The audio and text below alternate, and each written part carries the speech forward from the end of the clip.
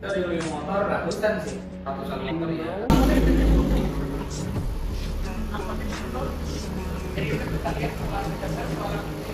Halo, apa kabar teman-teman? Kembali lagi sama gue Dimas sama Marcel. Hari ini kita bahas topik cara kami melihat motor kalau mau beli. Oke, buat yang udah tahu atau lebih jago ya aja. Beli motor kita berapa banyak bro? Kita di motor ratusan sih. Ratusan motor ya, mostly bekas. Ya, bukan mau menggurui, tapi kita istilahnya punya pengalaman untuk ngelihat motor-motor mana yang bagus, mana yang sehat, bisa diajak kerja, yang aman gitu. Ya. Ya. Kalau buat gue pribadi, kriterianya yang paling penting adalah motor itu sehat. Terus besok gue bisa bawa motor itu touring keliling Indonesia. Kalau gue lebih pilih ke kondisi mendekati standar. Dan paling maksimal modifikasi hanya knalpot aja. Oke, yang pertama kita lihat biasanya paling simpel visual body. Bodinya mulus apa enggak? Nah, kadang-kadang mulus juga bisa menipu. Jadi kita mesti lihat bagian-bagian yang terbuat dari besi ini, apakah dia masih cat, maksudnya masih cat asli atau enggak, atau ada deburannya atau tidak, atau ada penyok.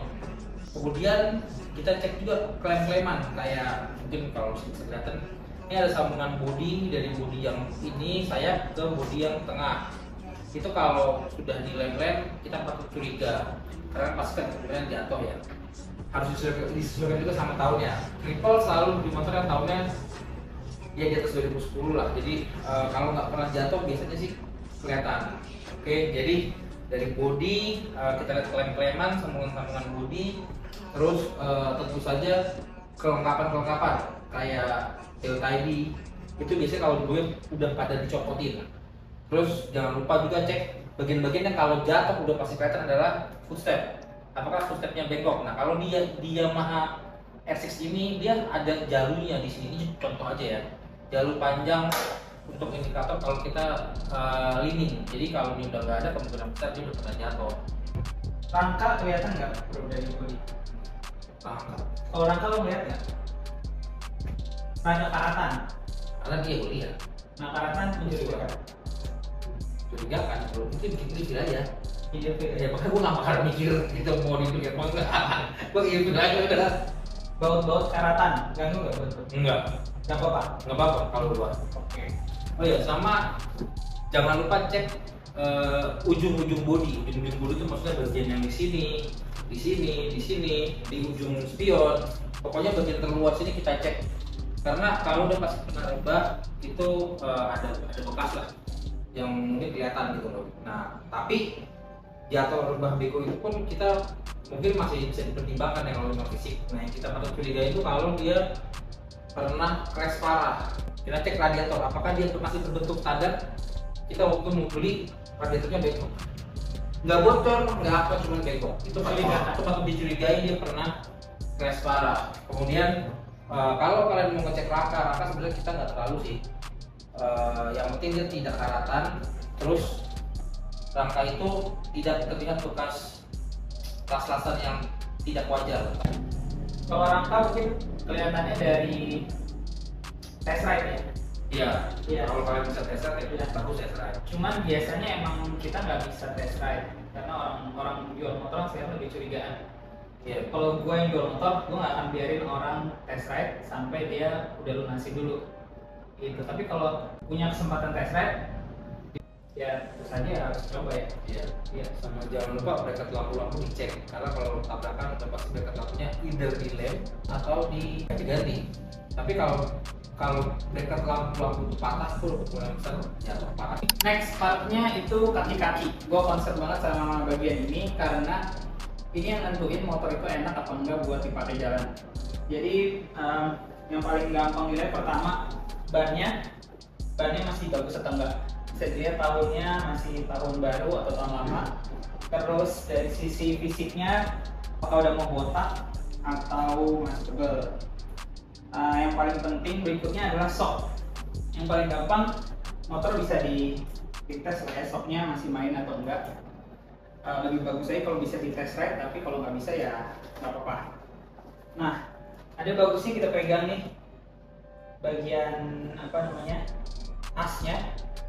Kalau sampai, nah ini harus kering ya, walaupun sok itu ada olinya di dalam, tapi bagian ini harus selalu kering. Kalau ada oli di sini berarti bocor, yang kemungkinan soknya kanan kiri nggak seimbang. Nah kemudian bagian dari kaki juga cakram. Kalau di moge cakram itu mahal banget, jadi jangan sampai cakramnya udah tipis atau kegerus, itu mahal gantinya, sama juga nggak aman. Ya itu dicek buat yang depan dan belakang. Di samping roda juga perlu dicek velgnya ya. Yang penting adalah dia nggak peyang. Jadi waktu diputar, ini diangkat sedikit terus diputar, itu harus putar dengan sempurna, nggak boleh ada peyang sedikit pun. Karena peyang sedikit itu akan sangat bahaya di kecepatan tinggi. Berikutnya adalah listrikan. Listrikan ngeceknya yang paling gampang ya kita coba start. Apakah dia starternya lancar atau tidak? Kalau ada voltmeternya bisa diukur juga voltase normalnya ada atau enggak gitu kan. Di starter kita cek, sebelum waktu di start kita dengarkan suara fuel pump kalau diinjeksi. Starter normal, cek lampu panjang, lampu pendek, kecil, sen, semua lampu dicek, sama indikator di speedometer. Apakah ada yang error atau nyala, itu juga kita wajib cek. Gitu sih. Mesin. Nah, mesin ini kita taruh di bagian yang belakangan karena emang kalau bodi sama rangkanya udah nggak beres, kita nggak usah ngeliat mesinnya lagi. Ini asumsinya motornya oke, secara bodi oke, kakinya oke, kelistrikannya oke, baru abis itu kita ngeliat ke mesin. Nah mesin ini kalau bukan montir mungkin nggak gitu sensitif ya kupingnya. Cuman ada beberapa clue yang semua orang bisa ngenalin gitu. Pertama ya kita start. Nah, lihat mata kita udah kerja.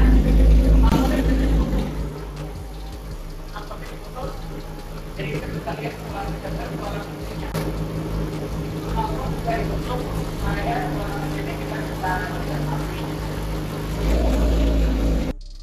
Kalau suaranya kasar itu tanda-tanda mesinnya nggak sehat.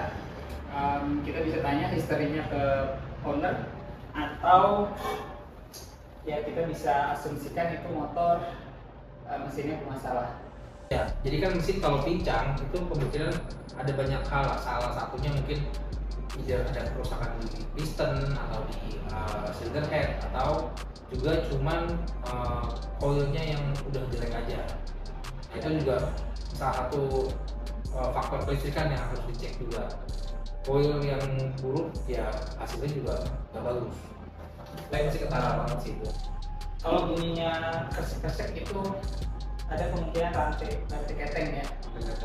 Itu juga ya bisa diganti, terus kita 4-5 juta lah gitu. Cuman itu mungkin jadi biaya yang bisa diperhitungkan untuk nawar atau harga totalnya gitu, karena kira-kira PR-nya apa aja.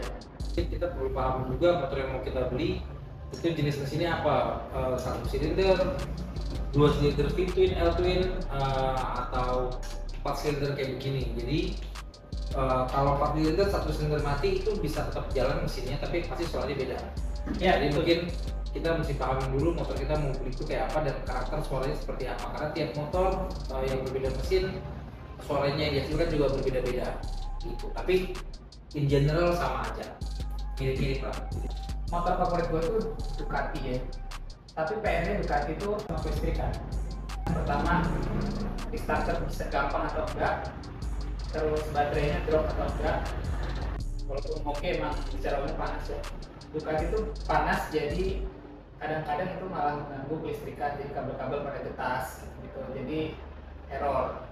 Oh ya, terakhir tentu saja kalian jangan lupa cek dan cocokkan surat-suratnya. Cek surat-suratnya itu apakah sudah sesuai SNK BPKB, kalau ada fakturnya faktur. Sama kalian kalau belinya Harley, beberapa jenis Harley yang dia punya nomor rangka yang ada dua. K5 gua kan dua kan? Iya, fly wrong ya. Cuman kita ada Harley full paper, cuman ya nomor rangkanya dua suka bikin bingung. Tapi asli kita udah cek di polisi. Bisa. Bisa. Tapi kalau gue pribadi apa faktur, formatur itu sama aku juga nggak penting maksudnya buat apaan gitu. Kalau yang penting ada BPKB, STNK, semuanya cocok, nomor angka, nomor mesin, plat cocok, beres sih harusnya. Ya, tapi kan ini kan bukan tentang kita bro, ini tentang culture orang-orang yang pasti kalau beli barang mikir kalau gue mau jual lagi gimana kan. Iya. Tapi mau dijual lagi juga, mau dibalik nama juga sebenarnya nggak perlu juga faktur. Simpel aja sih kalau beli motor, yang penting kalau udah suka, motornya kira-kira sehat, PR-nya lo masih bisa tanganin, gas aja lah, jangan sampai nyesel. Betul. Oke, take care, nice day and safe ride. Semoga ketemu motor idamannya. Kalau belum, Sewa aja dulu. Kalau udah ketemu juga sewa terus. sip.